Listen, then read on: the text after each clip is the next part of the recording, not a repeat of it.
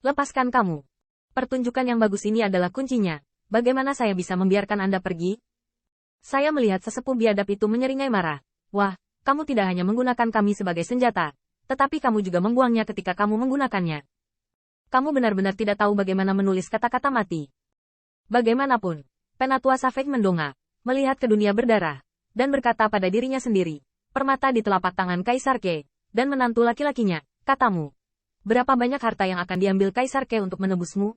Apa? Begitu kata-kata ini keluar, tubuh Putri Wenxing bergetar hebat. Dia telah mendengar tentang keganasan orang biadab ini. Perampokan di dunia adalah hal biasa. Selain itu, penculikan, atau bahkan mengumpulkan uang untuk pembunuhan, tidak langka. Lagi pula, banyak ras manusia di kota Feng Shui ingin hidup. Mereka bisa begitu ganas. Darah adalah satu hal. Harta dan sumber daya lebih penting. Jika tidak ada pendapatan. Di mana Anda bisa mempersenjatai diri? Ketua klan Dike juga berteriak dengan marah. Lihat dengan jelas. Ini Jiang Buyong, pemilik istana-istana Yan Huang. Hidupnya sulit untuk dikatakan di mata orang lain. Tetapi di mata Anda, itu sangat berharga. Setelah melihat ini, tetua yang buas itu tiba-tiba menjadi marah.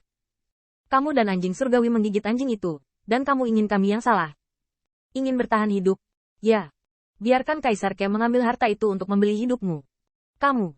Para tetua dari klan Dike juga menolak untuk melepaskan, mengetahui bahwa putri dari klan saya ada di sini. Apakah Anda berani menculik? Kaisar-kaisar ada di sini, jadi hampir sama dengan memberi Anda peti mati. Tetua biadab itu tersenyum, menakut-nakuti saya. Saya bahkan membunuh anjing elang di bagian gelap surga. Mengapa tidak membunuh istana kaisar Anda lagi? Tanda seru.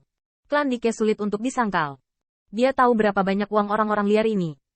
Terlebih lagi, ancaman dari tetua ini benar-benar tidak mengatakan bahwa bahkan bagian rahasia dari surga telah terbunuh. Begitu mendesak, dan saya takut itu akan dihitung. Kayu, apa yang harus saya lakukan sekarang? Seolah-olah Putri Wenxing takut dengan nama biadab Feng Shui Cheng. Qin Yichen bertanya secara rahasia, apa yang harus dilakukan? Tentu saja ayahmu yang menebusnya. Tapi Qin Yichen berpura-pura gugup. Kami memiliki kepala istana Yan Huang di tangan kami. Apakah orang-orang liar ini berani merobek wajah mereka? Putri Wenxing lemah dan lemah. Mereka takut mereka berani. Tidak hanya itu, saat ini juga, ia melihat Feng Jiuman membawa klan Kaisar Ke yang kuat di satu tangan. Ternyata ia mengambil kesempatan untuk menangkapnya saat huru-hara barusan. Tidak banyak dari klan Kaisar Ke yang ditangkap, tetapi adalah normal jika total 200.000 orang kuat ditangkap dan puluhan ratusan ditangkap. Dari klan Kaisar Ke, kamu pikir kamu adalah satu-satunya sandera? Jangan tawar-menawar dengan kakekmu. Atau biarkan Kaisar Ke datang untuk menebusmu. Atau biarkan Kaisar Ke mengumpulkan mayatmu. Wajah lama klan Dike tidak pasti. Meskipun di mata mereka, lusinan anggota klan yang jatuh ke tangan orang biadab itu pasti tidak sepenting Jiang Buyong di tangan mereka. Tetapi jika Anda bisa hidup, siapa yang mau mati? Tetapi ketika saya memikirkan nama-nama biadab dari orang-orang liar ini, beberapa tetua klan sangat jelas, di mana mudahnya mundur dari seluruh tubuh. Qin Yichen lebih jauh berkata, tetua klan, 100.000 saudara kita belum kehilangan banyak. Bahkan jika orang biadab itu galak, Jenderal Akhir yakin. Itu adalah dua hal lama. Bisakah kamu menghadapinya? Beberapa tetua klan diam-diam menghela nafas. Bukankah kamu melihat level pertama yang dibawa kedua kurcaci ini sekarang? Qin Yichen tampak heran dan tidak mau. Bisakah kita harus menjatuhkannya? Seorang tetua klan mengertakkan giginya dan berkata, ini tidak menyerah. Kami tidak bingung. Selama Kaisar tahu ini, dia pasti akan datang untuk menyelamatkan kita. Selain itu, Jiang Buyong sangat penting bagi orang biadab, tetapi Putri Wenxing dan Feng Tianxing, dan bahkan para tetua klan, juga merupakan pilar dari klan Kaisar Ke. Benar-benar merobek wajahnya, pecundang terakhir mungkin bukan orang biadab. Setelah dia selesai berbicara, dia melihat sesepuh klan mengangkat kepalanya dan mengertakkan gigi. Saya tidak menawar, dan Anda tidak ingin meminta terlalu banyak, jika tidak. Namun, sebelum dia selesai berbicara, dia disela oleh penghinaan tua biadab, kamu tidak bisa mengalahkan Lao Su lagi. Mengapa kamu begitu tangguh? Setelah mendengus dingin, sesepuh benar-benar mengeluarkan karung dengan mulut terbuka lebar. Dan yang pertama bahkan berkata, masuk. Seolah-olah ini bukan pertama kalinya kota Feng Shui melakukan hal seperti itu. Semua peralatannya profesional dan lengkap, dan 100.000 klan Kaisar Ke dapat menyesuaikannya. Namun, Qin Yichen tampak tidak mau melihat ini. Jintu di tangannya masih memancarkan keganasan. Putri. Ayo. Putri Wenxing menunduk. Kayu, jangan lakukan hal-hal bodoh. Faktanya, lebih baik berakhir di sini daripada dicegat di dunia ini oleh pengadilan surgawi Anbe. Tetapi sang ayah takut dia akan berdarah deras. Setelah itu, saya melihat seorang kaisar aneh berbaris untuk mengebor ke dalam karung.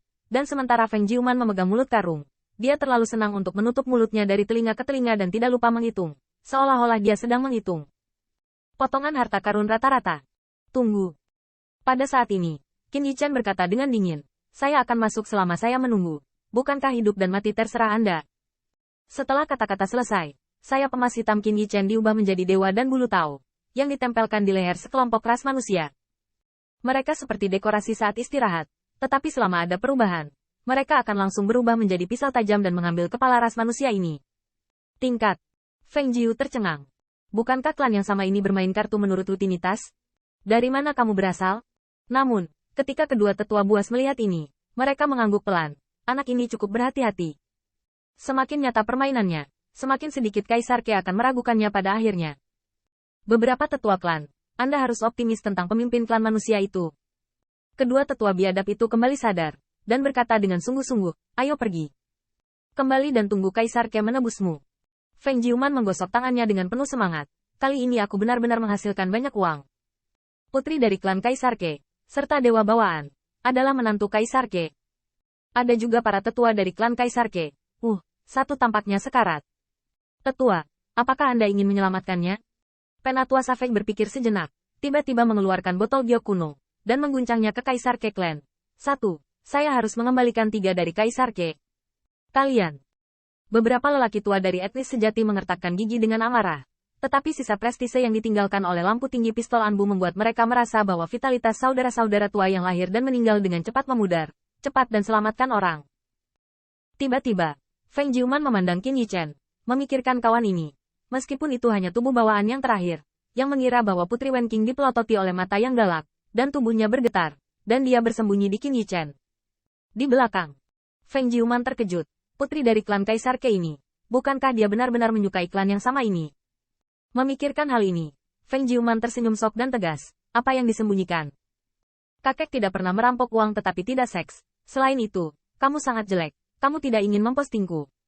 Setelah semua ini, Putri Wenxing menjadi marah. Siapa yang menurutmu jelek? Bau biadab, buas mati. Juga, coba panggil dirimu Master. Ayahnya adalah Kaisar Ke. Dan biadab bau ini berani memanggilnya seorang raja di hadapannya. Bukankah dia takut mati?